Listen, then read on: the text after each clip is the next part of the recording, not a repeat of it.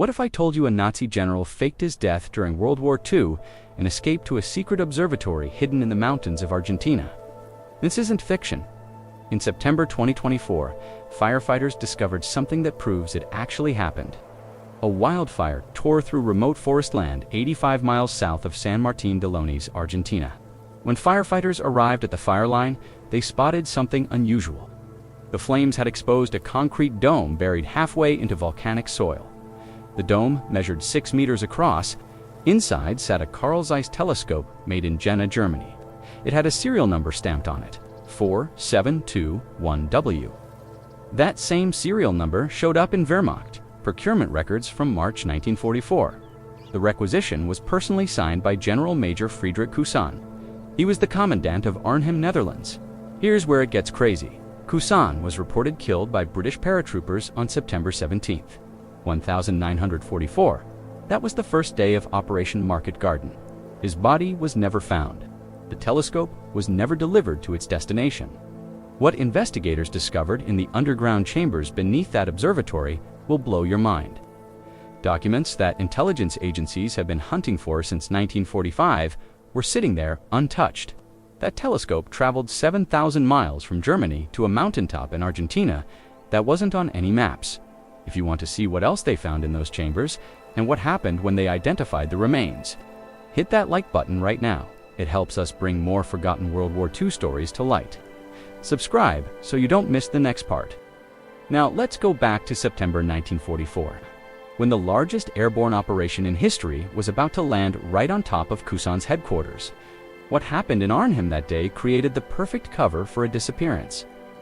Operation Market Garden kicked off on September 17, 1944.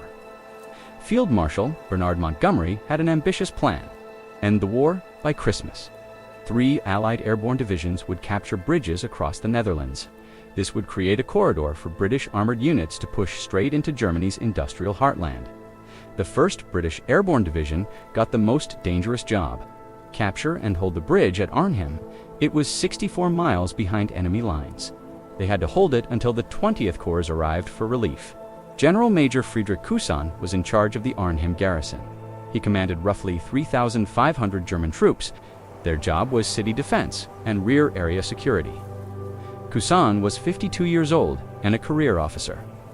He served in the Reichswehr during the Weimar Republic and moved to the Wehrmacht in 1935. His personnel file was captured after the war.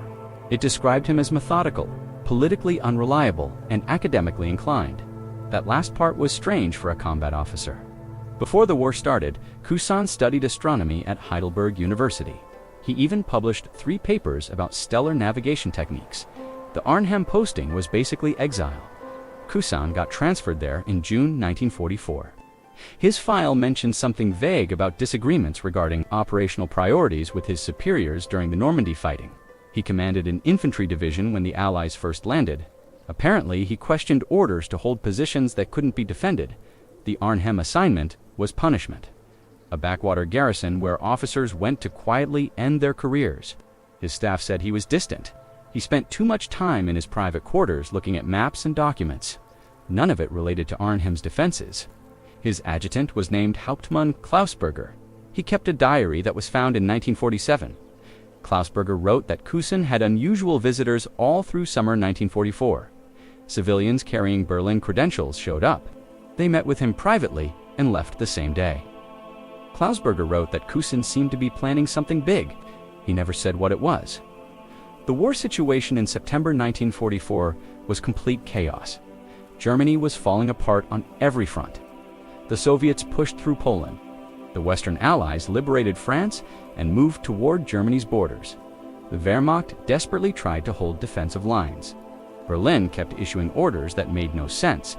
Officers who had resources and took initiative could operate independently. As long as they kept their paperwork clean and stayed off the radar of the SS or Gestapo, they could do almost anything. Arnhem was weird. Officially, it was a quiet rear area garrison town. But somehow, the 9th and 10th SS Panzer Divisions were there too. They were refitting after getting destroyed in Normandy. Allied intelligence completely missed this. They had no idea elite armored units were sitting right there. When British paratroopers started landing at 1,300 hours on September 17th, they expected weak resistance, maybe some second-rate garrison troops. Instead, they dropped into a nightmare. Veteran SS tankers hit them hard and fast. None of them knew Cousin had been expecting this for weeks. He had backup plans ready. Plans that had nothing to do with defending Arnhem. He had arranged his own death in the chaos that was coming. But there's more. Cousin had been preparing something else too. Shipping crates left Arnhem every week since. July, they went through neutral ports. The shipping manifests called them meteorological equipment. The shipping company didn't exist in any commercial registry. The final destination on those manifests was an address in Argentina. That address wouldn't be built for another 6 months, at 1,247 hours. On September 17th, Cousin was eating lunch at the Tafelberg Hotel. The first reports came in. Parachutes over Oosterbeek, 3 miles west of Arnhem. Massive airborne assault happening now. Klausberger was there. He later said Cousin showed zero surprise. He finished his coffee calmly. He went back to headquarters at Arnhem Town Hall. He fired off orders for defensive positions and counterattacks. At 1,420 hours, Cousin left headquarters in his personal Kubelwagen. That's a German military vehicle, like a jeep. His driver was Jeff Reiter Otto Lang. Klausberger went with them. The official reason was to inspect forward positions and check the British advance. They drove west on Utrechtszug toward the gunfire. British paratroopers hit the ground in the Oosterbeek area. They were pushing hard toward the Arnhem Bridge. German units scrambled to stop them. The clock showed 1,445 hours. Cousin's vehicle rolled up to a crossroads near the Mariendal estate. British paratroopers from C Company, 3rd Parachute Battalion, had just set up their minutes before. Their orders were simple: create a roadblock, stop German reinforcements from getting to the bridge. Cousin's Kubelwagen came around the corner fast. Private James Walker sat behind a Bren gun. He opened fire from 30 meters away. The vehicle swerved hard. Lang took multiple rounds straight through the chest. He died instantly. The Kubelwagen slammed into a drainage ditch. Klausberger got hit in the shoulder. He stumbled out of the wreckage. The British grabbed him immediately. The British soldiers moved toward the vehicle carefully. An officer sat in the front passenger seat, slumped over. His uniform was drenched in blood. No pulse. They checked for identification papers. Nothing on the body. That was strange for a general officer. But combat situations are chaotic. Things get lost. Captain Peter was commanding C Company. He ordered the body left where it was. They couldn't deal with casualties right now. German counterattacks were coming any minute. The paratroopers took defensive positions. They forgot about the Kubelwagen completely. German forces took the area back to hours later. They recovered Lang's body and the wounded Klausberger. The dead officer's body got removed too. They put it in a military ambulance. It was evacuated to a field hospital in Apeldoorn, 15 miles north. That's the official story. British after-action reports support it. German casualty records match it perfectly. Wehrmacht personnel confirmed Cousin's death. They identified the body at He was buried in the German military cemetery at Esselstyn on September 20th, 1944. The grave marker says, General Major Friedrich Cousin, September 17th, 1944. But here's where everything falls apart. Klausberger was recovering from his wounds in a British POW hospital. He told his cellmate a completely different story in October 1944. A British intelligence report documented it, but nobody investigated. Klausberger said the man in the Kubelwagen wasn't Cousin at all.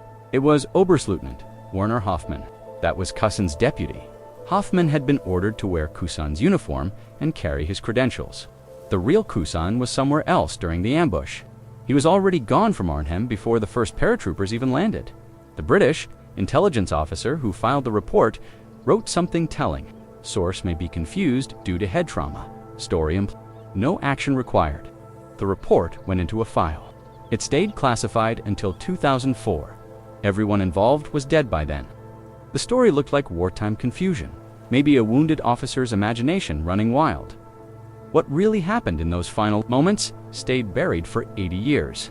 Then, in 2019, a forensic team dug up the body from Esselstyn Cemetery. They were working on a project to DNA identify unknown soldiers. What they discovered made them contact German military archives immediately. The skeleton wasn't a 52-year-old general. It was a 38-year-old lieutenant colonel. The dental records matched Werner Hoffmann perfectly. Cousin had never been in that grave. Klausberger had been telling the truth all along. If Cousin didn't die at Arnhem, where did he go? The DNA findings from Esselstyn Cemetery got published in a 2020 Forensic Journal article. Almost nobody noticed it outside specialist circles. Dr. Hans Müller was the forensic anthropologist who led the dig. He noticed the problem but didn't have money to investigate more. His report said individual interred as F. Cousin appears to be W. Hoffmann based on dental and skeletal analysis. Administrative error likely during battlefield recovery. Cousin's actual remains, location unknown. Cousin's family died during the war. His wife and daughter were killed in an RAF bombing raid on Cologne in 1943. His personnel file mentioned it. No living relatives existed to push for answers. The discovery became a brief academic footnote. It faded away. Müller retired in 2021. The Cousin file went back to the archives. But the discovery made other researchers curious about Cousin's activities before Arnhem. Dr. Sophie Vandermeer was a Dutch historian. She studied the German occupation. She found weird things in Cousin's command records from summer 1944. Requisition forms showed strange purchases, precision optical equipment, climate-controlled storage containers, specialized packing materials made for long-distance shipping. The items went through proper procurement channels. Everything was authorized correctly. They got shipped to Research Facility 7 in Arnhem. That designation didn't appear anywhere in German military organizational charts. Nobody could find it. Vandermeer also found shipping manifests from the Arnhem Railway Depot. Between July 15th and September 10th, 1944, 8 shipments left Arnhem headed for Hamburg. Each one weighed 400 to 600 kilograms. They were described as scientific instruments. The shipping company was called Nordmeer Transport, JM. Their office address in Hamburg got destroyed during the 1943 firestorm. No other records of the company existed anywhere. She published her findings in a 2022 journal article. The title was The Arnhem Anomaly, Friedrich Cousin's Secret Activities. The article asked questions but gave no answers. Where did the shipments really go? Why would a garrison commander move scientific equipment while Allied armies pushed toward Germany? The common theory was simple. Cousin was saving valuable equipment for the Reich's collapsing war effort. He used his position to skip bureaucratic controls. Klausberger's story came back up during this research. Vandermeer found his POW debriefing reports in British archives. Beyond the claim about Hoffmann replacing Cousin, Klausberger said something else, something nobody paid attention to back then. The general told me 3 days before the British came that he had important work elsewhere. He said the war was lost, but knowledge must be preserved. I didn't understand what he meant. British interrogators thought this was just philosophical nonsense. Vandermeer saw something completely different. A man getting ready to vanish, speaking in code about preserving something important. But what was he preserving? And where was he taking it? The mystery got deeper when Vandermeer discovered Cousin withdrew 50 Reichsmarks from Wehrmacht operational funds in August 1944. It was authorized as intelligence expenses. Technically, everything looked proper, but the amount was insane for a garrison commander. That money was never accounted for in post-war audits. Nobody knew where it went. She also found letters between Cousin and the German embassy in Buenos Aires from 1943. That was 3 years before he supposedly died. The letters were discovered in Argentina diplomatic archives that opened in 2023. They discussed potential scientific collaboration opportunities and post-war academic exchanges. The embassy official who wrote back was Hermann Schiller. He was later identified as an Abwehr intelligence officer working under diplomatic cover. For decades, the Patagonia mountains kept whatever Cousin built there hidden. Then September 2024 arrived. Fire revealed what he'd been preserving and exactly where he preserved it. The region south of San Martin de los Andes was incredibly remote, some of Argentina's wildest territory. Dense Valdivian temperate rainforest climbed into volcanic peaks. You could only reach it on footpaths. Indigenous Mapuche communities had used those paths for centuries. After 1945, German immigrants started showing up in the area.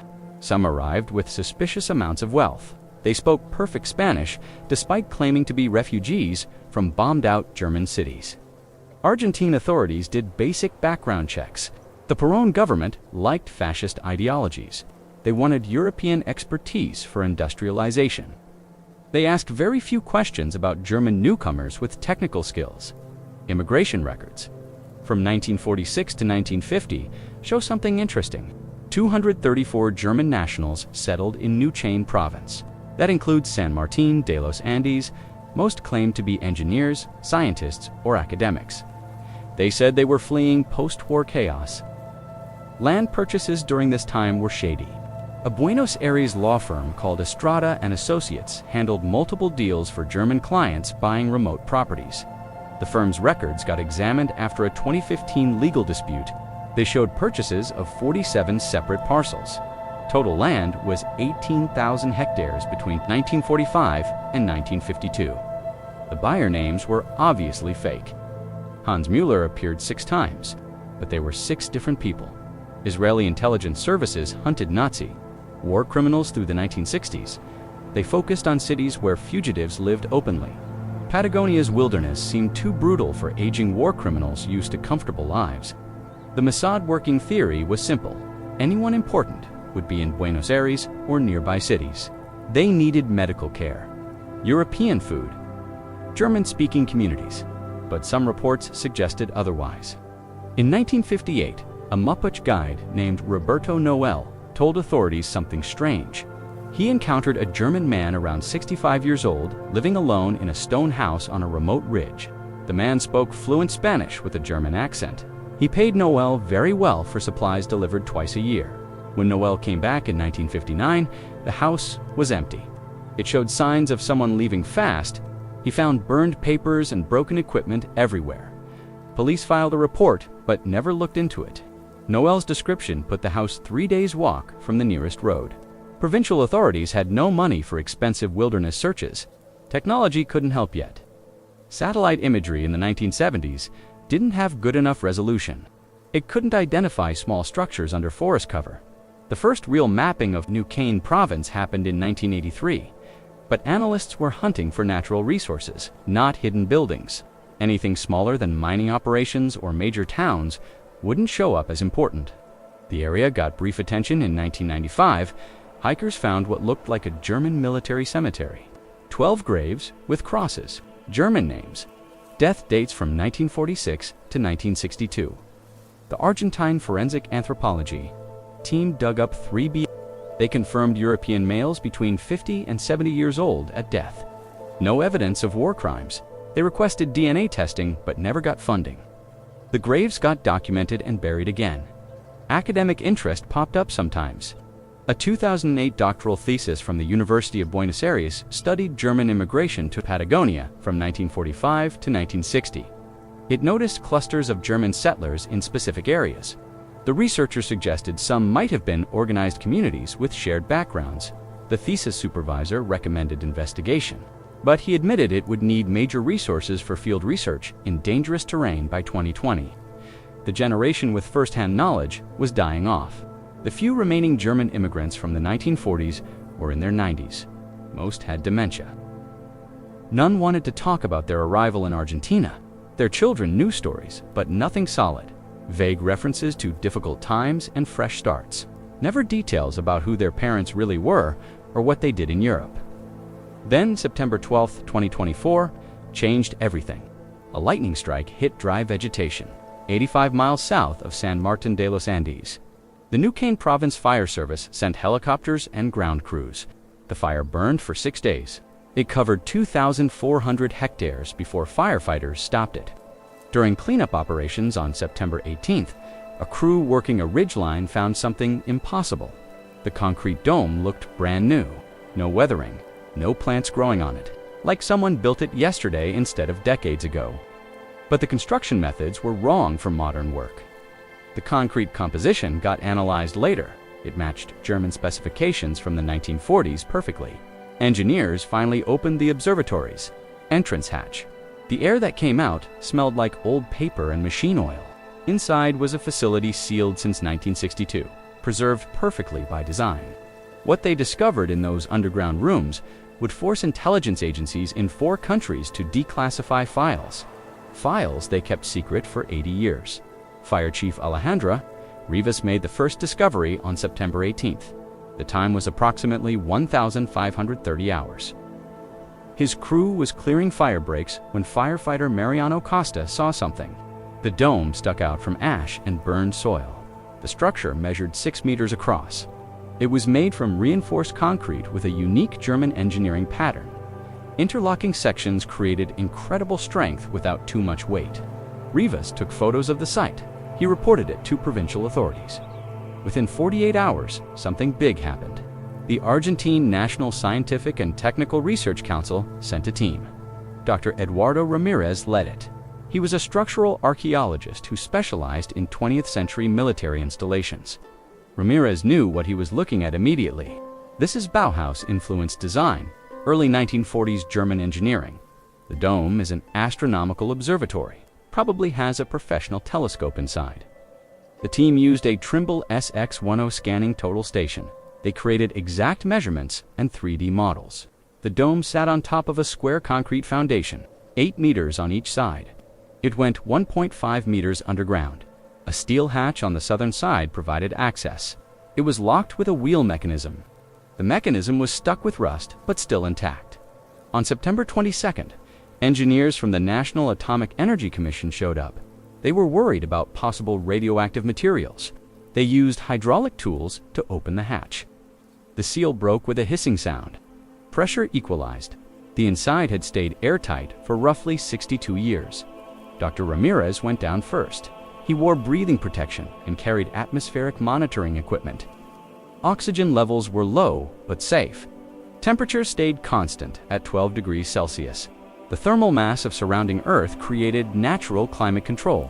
Humidity was surprisingly low, around 35%. That suggested sophisticated moisture management systems. Still working after decades, the entrance opened into a circular chamber right under the dome. The telescope took up most of the space. A Carl Zeiss refractor with a 200mm aperture and 3000mm focal length. It was mounted on a precision German equatorial mount. Serial number 4721W was carved into the tube. The optics had custom-fitted covers protecting them. When Dr. Ramirez carefully took off the cover, the lens underneath looked perfect. No fungus, no damage at all. Next to the telescope chamber, a steel staircase went down to lower levels. The team found 3 underground rooms. Each one measured roughly 4 meters by 5 meters. They were dug from solid rock and lined with concrete. The rooms contained different things. Room 1 was living quarters, a metal bed frame, a desk, bookshelves holding about 200 books, German astronomy texts, mathematics references, star charts, a small kitchen area with a propane stove, unused canned goods with 1960-era German labels, a water collection system that filtered rainwater from the dome surface.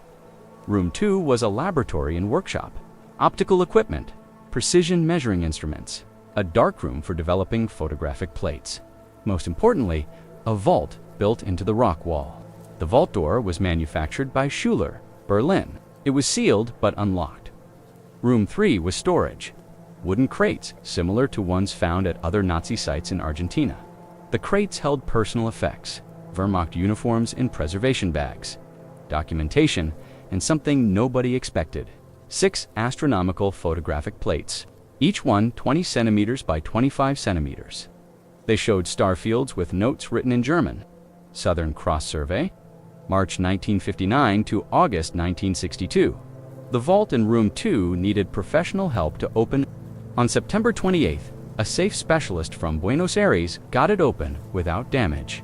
Inside were metal document boxes. They contained some shocking items: personnel records for Friedrich Kusan, complete service history, medical records, a handwritten journal covering 1944 to 1962, maps showing the exact location of this facility and to other sites in Patagonia, financial records proving withdrawals from Swiss bank accounts. The total was $340,000 between 1945 and 1961, a collection of 47 letters, written but never sent, all addressed to my dearest Anna. That was Cussen's daughter, who died in 1943. The letters showed a man obsessed with astronomical research. He documented observations of the southern sky, impossible to do from Germany. He described his work as preserving knowledge that transcends the madness of our times. The final letter was dated November 14, 1962. It said, "I am 70 years old today. My eyes fail. My hands shake. I can no longer operate the telescope with precision. This work is finished. I have done what I intended. Let others discover it when I'm gone." But there was something else in that vault. Something researchers missed at first. It was hidden behind a false panel in the back wall.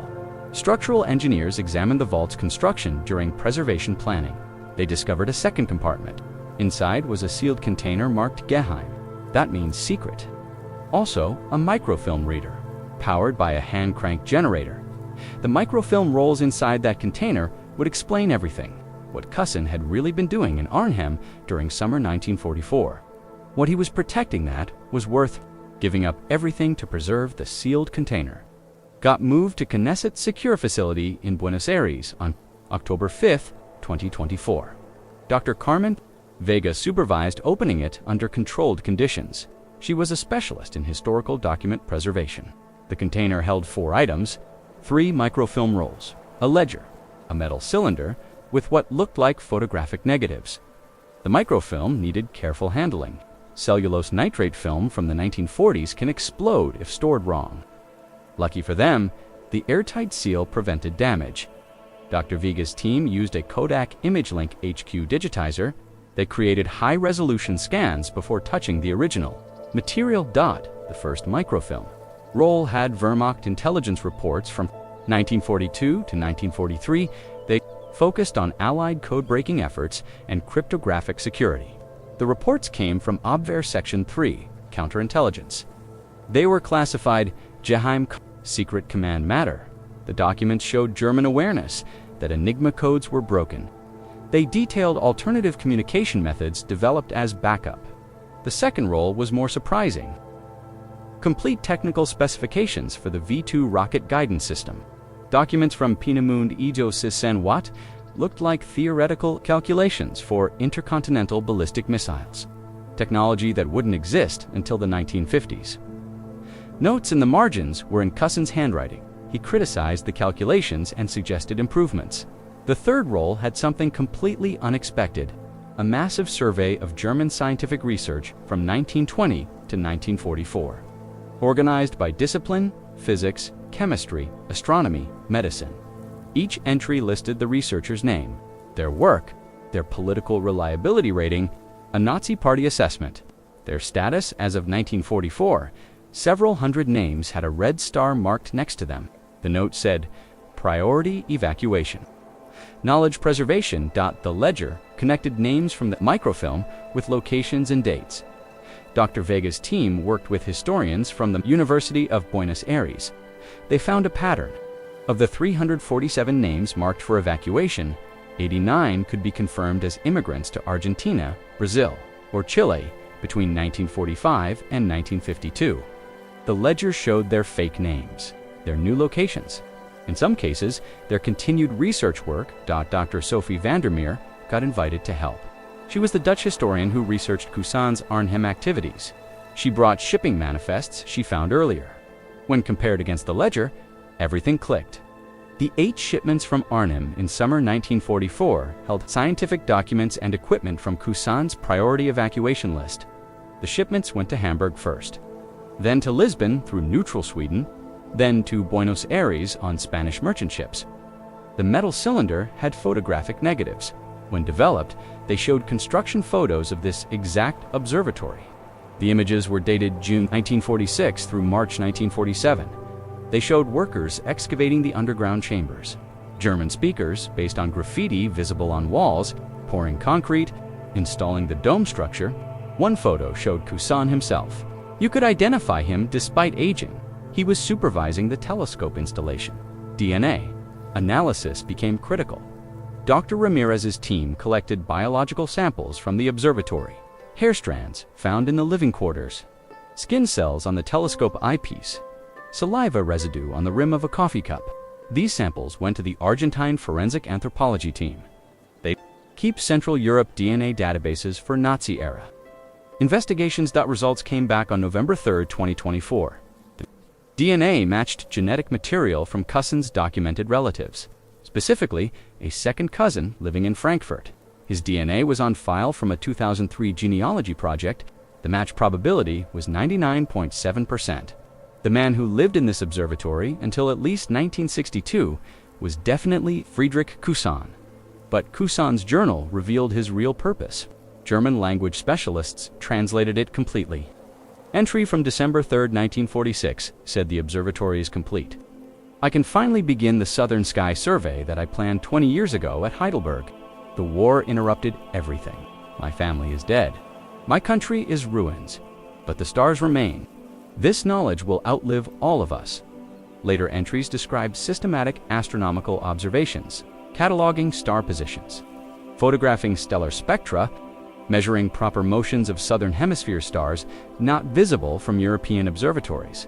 Cousin was conducting real scientific research, work that would prove valuable when professional astronomers mapped the southern sky in the 1970s and 1980s. Dr. Antonio Silva was an astrophysicist from the Argentina Institute of Radio Astronomy.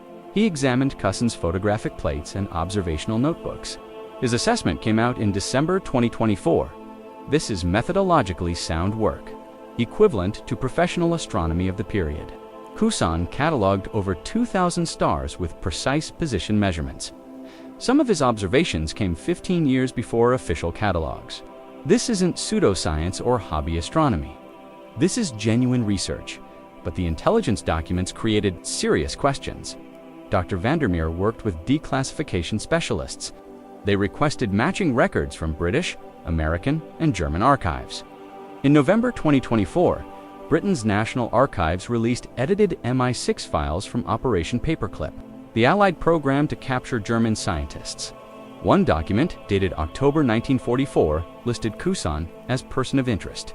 Technical intelligence collection, astronomical applications to navigation and targeting systems. The file said subject may possess knowledge of V-weapon guidance technology. Capture alive if possible.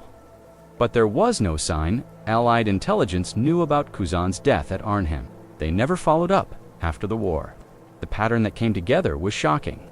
Cousin wasn't a war criminal running from justice. He was a scientist who used his Wehrmacht position to preserve knowledge he thought would be destroyed in Germany's collapse. He documented which researchers and which research deserved saving, then used military resources to evacuate as much as possible. His fake death was just the final step, removing himself from a country he didn't recognize anymore, so he could continue his life's work alone. But there was one more secret in Cousin's journal. Investigators almost missed it because it was written in personal shorthand. It needed cryptographic analysis to decode. The entry from September 16, 1944, contained something huge. One day before his supposed death, it had coordinates, names, a statement that would force reopening investigations across 2 continents because Cousin didn't act alone. Some of the people he helped escape weren't scientists at all. The cryptographic analysis of Cousin's shorthand. Entries took 6 weeks. Dr. Maria Hoffmann was a specialist in German military codes at the Bundesarchiv in Freiburg. She identified the system as a modified Playfair cipher, a technique taught to German intelligence officers, rarely used for personal documents.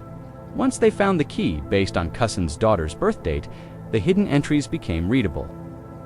The September 16, 1944 entry showed the complete operation. Final preparations complete. W. Hoffman has agreed to take my place. He understands the necessity. Identity papers prepared. Dental modifications completed by Dr. Schenk 3 weeks ago. Tomorrow the British will come and I will already be gone. The equipment is safe in Lisbon. The people on the priority list are being contacted through established networks. My part in this is finished. I can disappear knowing the knowledge survives. Cousin spent 3 months preparing Hoffman to impersonate him. Dental work changed Hoffman's teeth to match Cousin's dental records, a clever trick that wouldn't be caught by 1944 forensic methods. The plan needed perfect timing. The British airborne assault created the chaos needed for the switch to work. The journals later decoded entries. listed 23 individuals Cousin personally helped reach South America.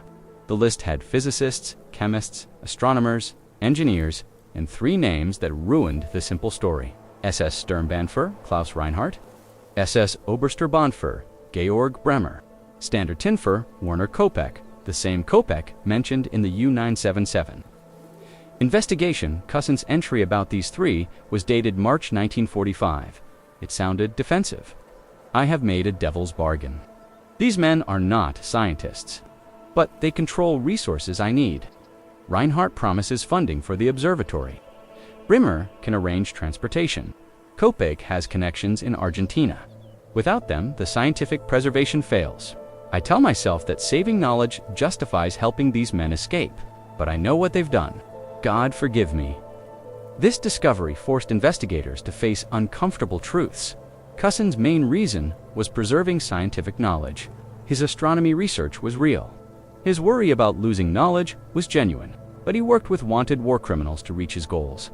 He used his network to help them escape alongside real scientists. The ledger's financial records showed how far he compromised. Reinhardt contributed 150,000 Swiss francs to buy the Argentine property and fund construction. Bremer arranged safe passage through Lisbon for Cousin and the equipment. Kopek provided Argentine contacts who got immigration documents and helped buy land.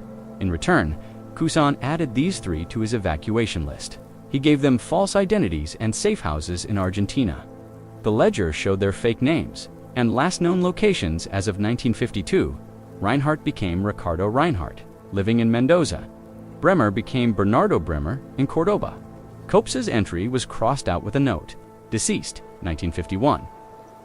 That matched the timeline from the U-977 investigation. Dr. Vandermeer's final analysis came out in January 2025. She tried to explain Cousin's actions in context. He was neither hero nor villain, but something more complicated. A scientist who valued knowledge above politics, who made practical decisions that broke ethics. He saved valuable research and helped real scientists escape a collapsing totalitarian state, but he also helped war criminals escape to reach those goals. The evidence was clear. Cousin planned his own death with perfect detail. He staged it perfectly, using Hoffman's sacrifice. Hoffman knew he would likely die in the ambush, but accepted the mission.